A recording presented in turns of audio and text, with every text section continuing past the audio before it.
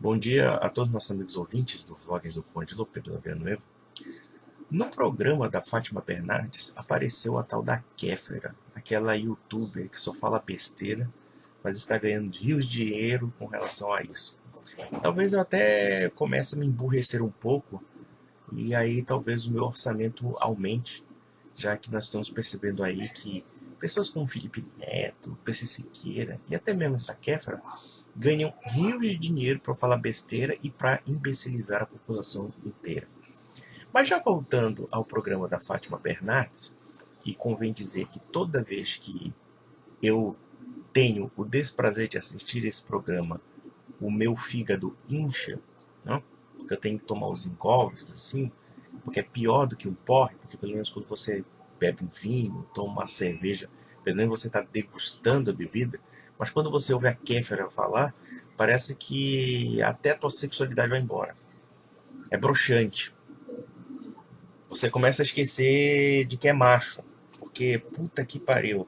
A mulher pode ser até bonita, é bonita calada, porque falando é um desastre completo. Mas teve um sujeitinho lá que participava do programa falando sobre a hostilidade das feministas, sobre as atitudes que nós sabemos como é. E a Kéfera deu uma lacração no cara, mais ou menos dizendo que ele não poderia falar de feminismo porque ele não tem uma vagina, porque ele não é uma mulher. Ou seja, na verdade, segundo a lógica da Kéfera, a vagina prevalece sobre o cérebro. Ou então, o feminismo é uma coisa que só diz respeito à mulher, não é uma ideia que pode ser julgada no plano objetivo e da realidade. Mas, se por um lado, se o raciocínio da Kéfera se aplica ao feminismo, então, tampouco ela poderia discutir sobre o machismo, porque o machismo, segundo a lógica dela, só diz respeito ao homem. Ou então a gente poderia dizer que nós não poderíamos falar sobre o nazismo, porque o nazismo só diz respeito aos alemães e aos nazistas. Ou então jamais podemos falar sobre qualquer tipo de tema, justamente porque só diz respeito a supostamente aqueles que participam ou são ativistas de tal tema. Ou então poderíamos também ser mais patéticos e afirmar, por exemplo, que nós não poderíamos discutir política americana porque nós não somos americanos. Ou então nós não poderíamos falar de Portugal porque nós não somos portugueses. Ou então nós não poderíamos falar de política brasileira se nós não somos brasileiros, somos estrangeiros. Quer dizer, adeus os brasilianistas. Ou então, quando falar de Espanha, adeus os hispanistas, muitas vezes estrangeiros. Enfim, é um tipo de argumento que nós chamamos de non sequitur. Não? Ou seja, um argumento que não segue. Qual é a relação entre ser mulher e ser feminista? Qual é a relação entre ser mulher e debater o feminismo, já que o feminismo é uma ideia e que pode ser julgada conforme a realidade objetiva? Aí eu pergunto, qual é a relação da discussão sobre feminismo e ter uma buceta? É uma coisa assim que não tem a menor lógica. Contudo, nós percebemos que pessoas como Kéfera se promovem justamente por conta desse discurso fraudulento. Tem que ser dito. Não somente fraudulento, como cuja lógica é das mais bizarras e absurdas possíveis. E, já que Dona Kéfera fala sobre feminismo, eu duvido muito, duvido, que ela tenha lido uma autora feminista na sua vida. Duvido. Duvido que ela seja capaz de citar uma autora feminista, o que já derrubaria o seu argumento. Né? Ou seja, quer dizer, o fato de ser mulher não quer dizer que ela conheça o feminismo. O fato de ser homem não quer dizer que não conheça. Porque o que define o conhecimento sobre o feminismo é a faculdade que essa pessoa tem de estudar sobre o assunto. E não me conste que exista uma relação entre a xoxota e a piroca e o cérebro. Né? Mas, enfim. E sem contar o tal do Felipe Neto, que é outro sujeito que ganhou rio de dinheiro falando essas baboseiras lacradoras. Olha só que coisa interessante. Esse pessoal que se diz pretensamente amigo dos pobres, amigo dos desvalidos, metidos a justiceiros sociais, ganham rios de dinheiro para falar essas baboseiras. Eu penso que, pelo menos, quando você quer fazer alguma coisa e pretensamente gratuita, né, porque eles pretendem isso, né, eles pretendem ser justiceiros, eles pretendem mudar o mundo para melhor, enfim, eu penso que certos sacrifícios não demandam tanta publicidade e tanto dinheiro. Mas é claro, nós sabemos que isso não é verdadeiro. Ou seja, que na verdade esse pessoal é pago para falar besteira. É pago para corromper não somente as nossas crianças e adolescentes com ideologias espúrias e imbecis, entre os quais o feminismo. E eu posso discutir sobre o feminismo sem precisar ter uma vagina, sem precisar ser mulher, até porque o feminismo está inserido numa ideologia e, como tal, é digno de críticas, como também até mesmo de ataques, justamente porque afeta não somente as mulheres, como também afeta os homens, afeta a sociedade como um todo. E o feminismo não é um componente ontológico. O feminismo é um tipo de pensamento, um tipo de ideologia, e como tal pode ser objeto de críticas, e como tal não diz respeito somente às mulheres. E mesmo que dissesse às mulheres, logo, nem por isso seria isento de certos julgamentos dos homens. Esse mesmo argumento lacrador do feminismo lembra também o outro, que é mais absurdo ainda, a respeito do aborto. Muitas mulheres dizem: ah, você não pode falar sobre aborto porque você não é uma mulher. Eu pergunto, desde quando ser mulher implica autoridade para falar sobre aborto? O fato da mulher engravidar não significa necessariamente que as opiniões dela sobre aborto sejam válidas. Porque o fato da mulher ter filhos implica, longe desse argumento da mulher autossuficiente, da mulher dona do seu corpo, muito pelo contrário, a gravidez implica obrigações da mulher com relação aos filhos. Obrigação com relação aos filhos que ela gera. E essa obrigação não diz respeito somente à mulher, diz respeito também ao homem, porque o homem será pai. Então, vejam como esses argumentos, lamentavelmente, são disseminados para milhões de pessoas. Eu não sei até que ponto as pessoas realmente têm saco de ver a Fátima Bernardes, porque desde que tiraram os programas infantis, desde que tiraram os desenhos animados, nós temos que ouvir lacração tomando café da manhã. Ou seja, uma coisa sacal. Uma coisa assim que chega a ser de uma extrema perversão. Mas já falando sobre outro assunto, estão surgindo os comentários na imprensa a respeito da nova ministra dos Direitos Humanos, a dona Damares, que, dentre outras declarações, afirmou que, quando era criança, sofreu abuso sexual, enfim, e que acabou tentando suicídio, e que, por conta disso, ela só não se matou justamente porque Jesus Cristo apareceu no pé da goiabeira onde ela supostamente iria se jogar. E aí a mídia fez chacota desse tipo de história, desse tipo de narrativa, e os bolsonaretes ficaram extremamente ofendidos e afirmaram que a imprensa estaria tirando sarro de uma atitude trágica, né, que é o suicídio, ou uma tentativa de suicídio, ou então no caso de um estupro. Com relação ao estupro e à tentativa de suicídio, eu posso dizer que eu concordo que não se deva tirar brincadeiras com relação a isso. São eventos extremamente graves que afetam psicologicamente a vida da pessoa e, portanto, realmente isso aí é de um profundo mau gosto, para dizer o mínimo. Mas, infelizmente, a imprensa brasileira é uma confraria de criminosos e caluniadores, isso tem que ser dito, né? Que são protegidos por um expediente que, no meu entender, é bastante duvidoso e insuspeito, chamado liberdade de imprensa. Não que eu seja contra a liberdade de imprensa, mas liberdade de imprensa tem que ter objetivo, tem que ter fim, tem que ter uma obrigação com a verdade. Se não houver obrigação com a verdade, para mim é criminalidade, é banditismo, é estelionato, enfim, e o jornalista assim tem que ir para a cadeia. Ou então tem que ser simplesmente despojado da função de jornalista. Mas já voltando ao Dona Damares, com certeza esses aspectos pessoais nós temos que ter uma certa reserva, justamente porque toca na vida de uma pessoa, na sua consciência, etc.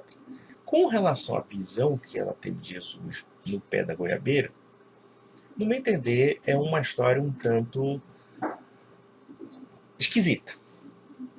E, nesse caso, eu não posso necessariamente endossar esse tipo de visão ou esse tipo de, sei lá, um pouco de alucinação.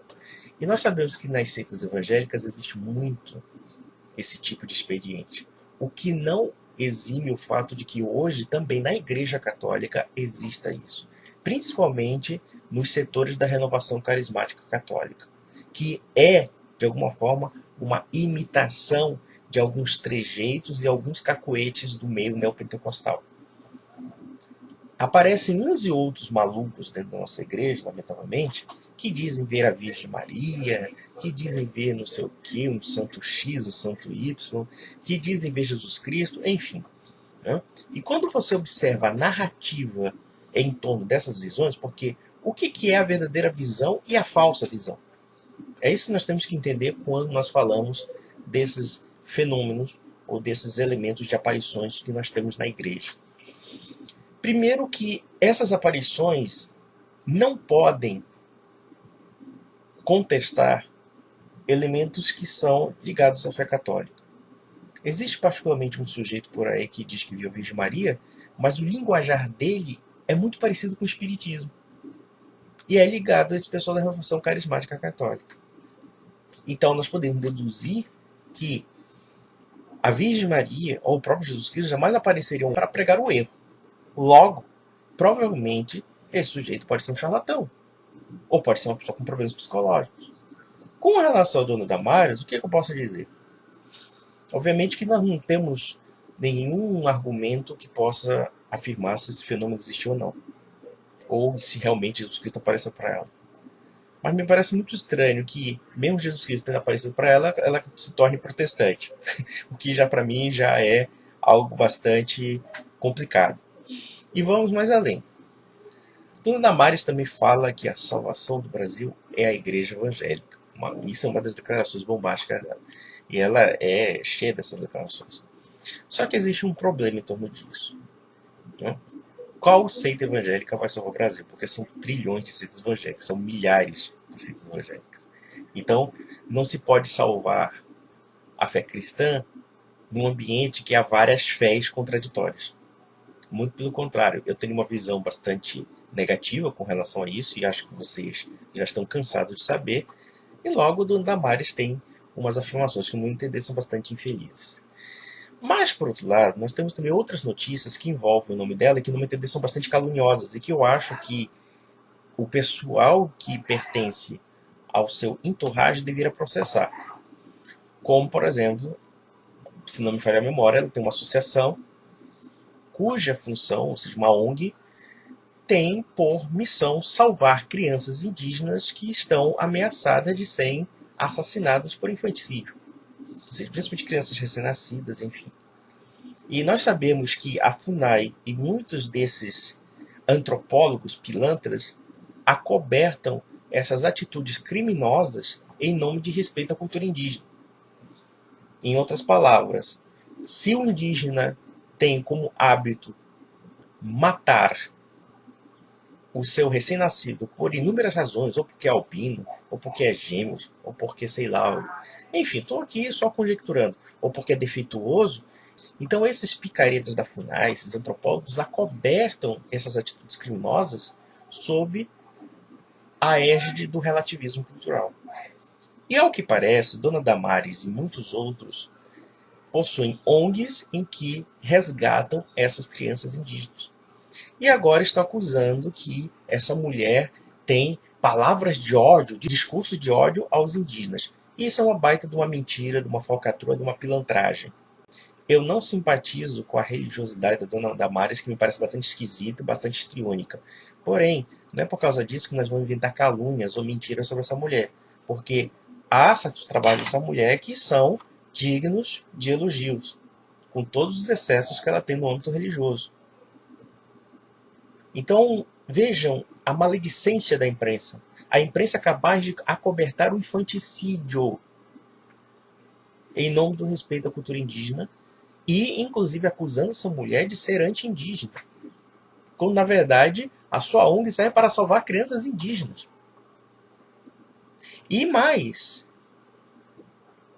O que é mais espantoso é que você não pode criticar certas culturas porque são as menininhas dos olhos dos antropólogos.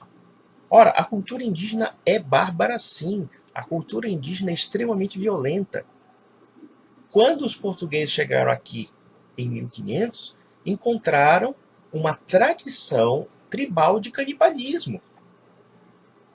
Certos povos, certas tribos matavam seus inimigos e comiam a carne de seus inimigos com a crença de que se apropriariam dos poderes e das qualidades do inimigo. O que você pode deduzir de um povo que mata para comer o seu inimigo, para se apropriar, digamos, das qualidades do seu inimigo? É um povo invejoso. É um povo mesquinho. Olha só que nível de loucura. Você é capaz de destruir o seu inimigo a ponto de comer a carne do seu inimigo para se apropriar dele, no seu corpo. Qual é o paradigma moral que nós podemos pressupor de uma sociedade assim? E quem aboliu essas práticas foram os jesuítas, foram os franciscanos, foram os dominicanos, foram os padres católicos que, educando essa comunidade indígena, ensinaram os verdadeiros caminhos da fé e da moral. E aí os indígenas abandonaram esses hábitos monstruosos, como também os hábitos do infanticídio e assim sucessivamente. Olha só que coisa horrível é o cristianismo. Puta que pariu. Os jesuítas são a raça mais filha da puta da Terra. Eles chegaram numa região onde havia a prática de consumo de carne humana para impor, inclusive, uma espécie de dominação completa ao inimigo. E aí eles chegam e dizem assim, não, meu filho, você não pode fazer isso, é uma coisa bárbara, uma coisa desumana, né? Uma coisa animalesca. Não, não faça isso não. Ame o seu inimigo. Olha só que coisa horrível que os jesuítas pregaram para esses indígenas. O genocídio cultural que eles criaram. Trazer todo o arcabouço da civilização cristã europeia e mediterrânea, latina, para um bando de gente comer carne humana. E vamos ser sinceros, isso é um ato de caridade extremo, porque esse pessoal abandonou tudo para evangelizar os índios. Ensinar música, ensinar carpintaria, ensinar arquitetura, ensinar coisas da civilização. Ah, não, nada pra você tá sendo eurocêntrico. Claro, então faça o seguinte, faça amizade com o maníaco do parque, porra. Faça amizade com o Chico Picadinho. Faça amizade com aquele alemão lá que nos anos 90 comeu a carne do seu amante, poxa. E ainda pegou um vinho branco para combinar com a carne que ele comeu do amante dele. O Armin Maivis. Canibal. Inclusive colocar na internet, olha, eu quero pessoas que queiram ser comidas por mim, comidas literalmente. Né? E parece que ele comeu o cara de direito e de fato. Né? Comeu figuradamente e depois comeu de fato. Né? E tirou 20 quilos de carne humana e disse, olha, tem... Olha, aí depois lá no tribunal alemão ele falou isso, olha, a carne humana tem gosto de porco, só que é um pouco mais salgado. Pô, que legal! Que legal essa bizarrice. Aí faz amizade com esse pessoal. Então é isso. Se você gosta de cultura indígena, se você gosta de sacrifícios humanos, se você gosta de carne humana sendo consumida por um outro homem, então faça amizade com o manicômio judiciário de Taubaté, no estado de São Paulo. Lá você vai encontrar o que é uma civilização indígena. Lá você encontrará uma civilização que em muitos aspectos se assemelham aos hábitos indígenas. Então, meus amigos, é isso. Fica para a próxima.